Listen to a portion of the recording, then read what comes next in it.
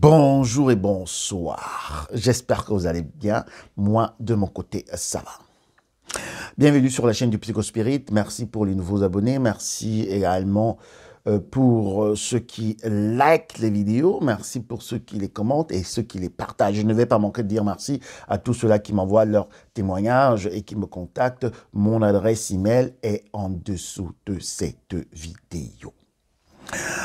Alors, aujourd'hui, nous allons parler de la perversion narcissique. Nous allons parler de cela qu'on appelle sur cette chaîne les petits enfants des ténèbres. Comment le pervers narcissique arrive à faire perdre à quelqu'un l'estime de soi. Comment le pervers narcissique arrive à complètement vous faire du gaslighting. Comment le pervers narcissique arrive à retourner toujours les situations de telle manière que c'est la victime qui commence plutôt à se remettre en question. Alors nous avons, pour ceux qui connaissent un peu la perversion narcissique, ou bien ceux qui ne connaissent pas, c'est aussi peut-être très bien pour vous de suivre cette vidéo. Quand vous êtes en relation avec un pervers narcissique, c'est toujours des rabaissements, c'est toujours des injures, c'est toujours des moqueries, hein, des dénigrements, que ce soit en privé, que ce soit également en public. Et le pervers narcissique, quand vous allez le confronter devant une situation, devant un fait accompli, il va essayer de vous faire passer pour une personne qui a perdu la tête. Donc, si on prend un exemple, vous dites au pervers narcissique qu'il devait faire des achats, il n'est pas allé faire des achats. Mais par contre, s'il y a des gens, il va dire que c'est à cause de vous qu'il n'est pas allé faire des achats parce que vous n'avez pas indiqué à quelle heure ou bien vous n'avez pas indiqué exactement quelle date et que vous l'avez fait exprès afin que justement qu'il n'y ait rien à la maison. Donc, la faute va toujours être reprojeté ou bien inculqué à la victime. Et nous avons également le pervers narcissique qui ne va justement, comme on venait de le prendre dans cet exemple, qui ne va jamais reconnaître rien. Il n'est jamais coupable de rien. Hein. C'est vous qui êtes coupable. Et on va voir même que quand vous allez même le prendre dans le fait accompli, hein, peut-être... Prenons également un exemple banal. Vous avez trouvé des préservatifs dans sa veste, dans son sac ou quoi que ce soit. Il va vous dire que c'est un ami qui a mis cela ou bien qu'il peut arriver jusqu'à ce niveau où dire que c'est vous qui avez mis ces préservatifs dans sa veste, dans son sac, afin de l'accuser. Donc, le pervers narcissique, il ment comme il respire. Il va toujours trouver des excuses à tout. Hein? Et on va aussi voir que le pervers narcissique, en fait, veut toujours avoir le contrôle sur sa victime, le contrôle sur toute votre vie. Que ce soit même vos amis, il doit contrôler vos amis, il doit contrôler vos hobbies, il doit contrôler vos fréquentations, il doit contrôler vos finances. En fait, c'est un contrôle fric, comme on dit ici là, dans le jargon. Il n'aime pas en fait quand quelque chose passe devant ses yeux sans qu'il ne puisse vraiment y jeter un coup d'œil. Il faut qu'il soit toujours reconforté dans son estime, dans son ego, avec le contrôle qu'il a sur sa victime et dans tous les points de sa vie. Donc, vous voyez que le pervers narcissique, en fait, va commencer même à vous critiquer. Hein. Critiquer s'il sait qu'il y a peut-être la musique, vous aimez faire la musique et que ça vous plaît et que ça vous donne une certaine joie. Il va commencer à critiquer que la musique ne peut rien te rapporter, pourquoi tu fais la musique, pourquoi tu fais peut-être même le coloriage, pourquoi tu fais la couture et tout, c'est nul, c'est dégueulasse, tu perds ton temps à faire cela et tout. Donc en fait, c'est toujours les rabaissements, les critiques et qui ne sont pas positives. Et le parent narcissique va aller très loin, comme on a vu plus haut, avec des insinuations. Donc, vous rentrez, il y a déjà d'abord ce contrôle, il veut savoir à quelle heure vous rentrez, il veut savoir à quelle heure vous prenez souvent vos petits déjeuners, quand vous allez à la pause café, il veut également savoir à quelle heure vous rentrez. Quand on va maintenant voir dans ce cas, avec les insinuations. Vous rentrez souvent à 18 heures du travail. Hein, et ce jour, il y a eu des bouchons. Hein, vous n'avez pas pu vraiment rouler tranquillement. Vous arrivez peut-être à 18h30 ou 19h. Et lui, il vous attendait déjà à 18h. Et le pervers narcissique, vous allez beau lui dire que vous avez eu des bouchons, mais il va commencer à insinuer que vous êtes d'abord allé chez votre maîtresse, vous êtes allé chez votre copain, vous êtes allé au casino, vous êtes allé faire ceci, vous êtes allé faire cela, alors que ça n'existe pas.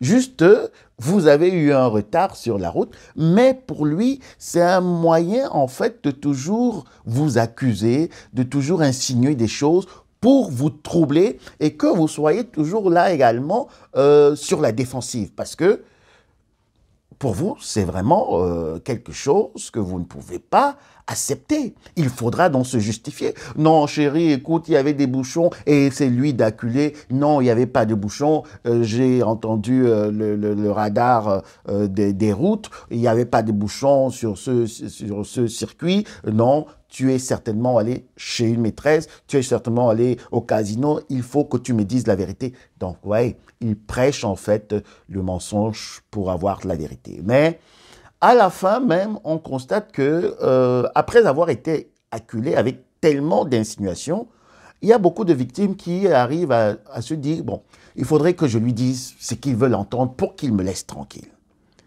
Et c'est ça que le parent narcissique attend. Vous dites, ok, d'accord, écoute, bon, il n'y avait vraiment pas, chérie, il n'y avait pas de bouchon. Je suis d'abord allé avec une copine pour aller boire une bière. Je suis quand même allé d'abord rendre visite à maman. Il va dire, ah, voilà, voilà, voilà. Mais pourquoi tu m'as menti? C'est toujours... Et c'est reparti pour de nouvelles aventures. Et le parent narcissique, comme on le sait, hein, il joue toujours les anges à l'extérieur. Hein. À l'extérieur, c'est lui le parfait, hein. C'est lui l'ange Gabriel, c'est lui qui illumine tous les cœurs, c'est lui le bienfaiteur, c'est lui l'affable, c'est lui le serviable. Ça peut également être une femme, hein. En tout cas, je dis il, mais vous pourrez comprendre que cela réfère également aussi au sexe féminin que masculin. Donc, à l'extérieur, il est la meilleure personne du monde.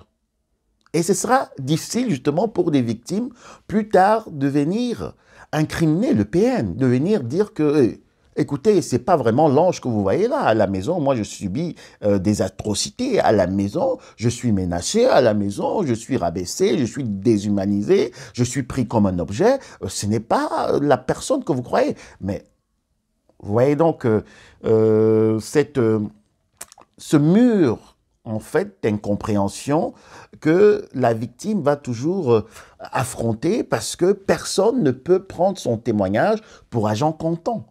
Parce qu'on connaît le parent narcissique, justement, comme un mécène, comme un bienfaiteur, comme celui qui est gentil avec tout le monde, qui aide tout le monde. Donc, c'est très difficile d'exposer ce genre de parents narcissiques. Et surtout ceux-là que j'appelle ici sur la chaîne du vice-versa, les vipères anciennes. Donc les parents narcissiques introvertis, qui sont calmes, qui font de bonne chère avec tout le monde, qui sont gentils, qui sont réservés. C'est très difficile de les exposer parce que ils prêchent justement l'eau, mais ils boivent du vin. Donc à l'extérieur, c'est bon, c'est parfait, mais à l'intérieur avec sa victime, c'est l'enfer. Parce que, il faut vraiment le dire, être en couple, en relation avec un parent narcissique, on peut dire que c'est les portes de l'enfer que vous êtes en train d'approcher. Parce que c'est souvent après, soit c'est le burn-out, soit c'est la dépression, soit c'est la folie, ou soit également c'est la perte de tout. Donc ça veut dire même amitié, bien matériel, aussi même santé physique, mentale et spirituelle. Donc voilà, nous avons également le rabaissement, comme j'ai dit tout à l'heure, hein, tout ce qui est important pour la victime, pour lui c'est nul. Hein. Il faut essayer d'isoler la victime, d'isoler de même ses propres occupations. En fait, le pervers narcissique veut, dans ce contrôle, vous rendre comme, et j'ai déjà parlé dans une vidéo, et c'est comme ça même qu'il vous considère juste comme un objet. En fait, c'est lui qui choisit ce que vous devez faire et quand et comment vous devez le faire. Rien ne doit échapper à son contrôle. Et voilà, le parent narcissique ne peut jamais reconnaître le mal qu'il inculte, inflige à sa victime. Le pervers narcissique, il est complètement dans un déni total. Vous ne pouvez jamais amener un pervers narcissique à reconnaître ses faits. C'est presque impossible. C'est presque impossible. Pourquoi? Il peut le faire au cas où il sent qu'il va déjà perdre sa victime. Donc, ça peut être, si on prend un exemple, la thérapie, vous le dites, chérie, on va faire une thérapie de couple parce que je pense que ça ne va pas, ça ne marche plus et tout. Moi, je vais partir. Si tu ne suis pas cette thérapie, je prends mes clics et mes claques, je rentre chez mes parents. C'est là, il peut dire, non chérie, écoute, ça va aller. Moi-même, j'ai remarqué que parfois, mes agissements sont comme ça. Mais en même temps, subtilement, il va toujours renvoyer sur vous les accusations. En fait, c'est vous qui êtes responsable de ces comportements. Non, c'est parce que, tu sais, chérie, la dernière fois, tu m'as mal parlé et j'ai réagi comme ça. Mais tu sais, j'ai pas vraiment envie de te perdre. C'est pour cela que parfois, mes réactions comme ça hâtives et que je suis aussi un peu méchant envers toi. Mais je pense que ça peut aller. Alors que tout ça, c'est juste pour gagner du temps. Mais en principe, le pervers narcissique est conscient, il est conscient de ce qu'il vous fait et en même temps, il est content de ce qui vous arrive. Pour lui, ce qui vous arrive, vous le méritez. Donc, les brimades, les insinuations, les rabaissements, les dénigrements, toute cette violence psychique, mentale, même parfois physique, il se dit que vous le méritiez parce que, en fait, il n'a pas d'empathie vis-à-vis de sa victime. Elle est juste là comme un objet. Et pour le pervers narcissique, nous avons également ce comportement de mythomane. Hein. C'est quelqu'un qui ment comme il respire. Il ment comme il respire même pour des choses aussi banales. Et je me rappelle, j'avais également, que je ne vais pas citer, une connaissance, quelqu'un d'âgé, hein, je vous dis, le pervers narcissique, il ment comme un enfant pour des futilités. Et comme je disais, cette personne, une fois, je l'ai confrontée par rapport à ce qu'elle avait dit, et il y avait même des témoins, mais c'était aussi... C'était vraiment même presque à frôler le ridicule. Parce que j'ai constaté que même devant ce que j'ai présenté, même devant les témoins, le pervers narcissique, parce que c'est après que j'ai réalisé que c'était un PN, il a inventé une histoire. Il disait non, non, non, non, c'est pas ce que je t'ai dit, c'était pas comme ça, tu as mal compris, ce n'était pas ça. Alors qu'en fait, il pouvait juste reconnaître, oui, oui, je pense que j'ai fait une erreur et tout, ce que je t'ai dit, c'était pas véridique. Non, pervers narcissique s'invente des mensonges à longueur de journée, même pour des cacahuètes. Et aussi, sa vérité est élastique. Hein. Aujourd'hui, il peut vous dire quelque chose, le lendemain, il vous dit encore autre chose. sur le même sujet. Aujourd'hui, il vous dit le pantalon il est blanc, demain il vous dit le pantalon il est noir. Après, vous lui dites non, hier tu m'as dit que le pantalon était blanc. Il te dit mais écoute, je ne t'ai pas dit que le pantalon n'est pas blanc, le pantalon est noir. Parce que en fait, le noir est le contraire du blanc. Donc en fait, c'est toi qui as mal compris. Je ne sais pas si vous comprenez cette logique. Il vous dit que quelque chose est blanc. Dès que vous le dites, le lendemain, il vous dit que c'est noir. Et vous le dites, non, mais écoute, hier, tu m'as dit que c'était blanc. Il dit que c'est vous qui avez mal analysé. Parce que quand il parlait du noir, il faisait allusion justement au contraire du blanc. Donc, en fait, il voudrait vous faire savoir que le pantalon est toujours blanc. Vous comprenez qu'avec les parents narcissiques, c'est vraiment à frôler la folie. Hein. Quand on reste avec ces gens, si on ne part pas, c'est pour ça que je vous dis, si vous êtes en relation avec un parent narcissique, alors là, vous avez encore le temps de pouvoir vous échapper. Et le parent narcissique aime rendre jaloux ses proies. Hein. Il vous rend jaloux avec même vos propres connaissances. Il vous rend jaloux même avec, si vous avez des enfants communs, il vous rend jaloux avec ses enfants, avec vos enfants. Il vous rend jaloux avec vos propres amitiés. Il s'en accapare. Il vous rend jaloux même avec jaloux de votre propre famille. Si on veut prendre juste un exemple, même par rapport à cela, si vous avez des enfants communs, il va tellement chérir ses enfants qu'il va vous délaisser. Donc, en fait, si vous êtes avec un partenaire, on va dire que vous avez quand même la priorité. Hein, la priorité, s'il faut peut-être manger toujours à table en famille, vous allez attendre que le partenaire soit là. Non. Quand le parent narcissique commence justement on va dire ici, quand il commence dans cet élan, qu'est-ce qu'il va faire? Il va mettre les enfants à table, il va les servir, et tant pis pour vous si vous venez très tard, plus tard. Et on voit aussi que même dans les amitiés, il va se nouer d'amitié très intimement avec une personne que vous lui avez présentée. Juste pour vous rendre jaloux. Vous présentez à votre partenaire, ce petit enfant des ténèbres, vous lui présentez votre copine, Judith, mais subitement, lui, il est déjà très ami avec Judith. Il vous demande d'inviter Judith à la maison quand elle vient. Il connaît son anniversaire, il envoie des fleurs à Judith et tout. Il vous rend complètement jalouse de Judith.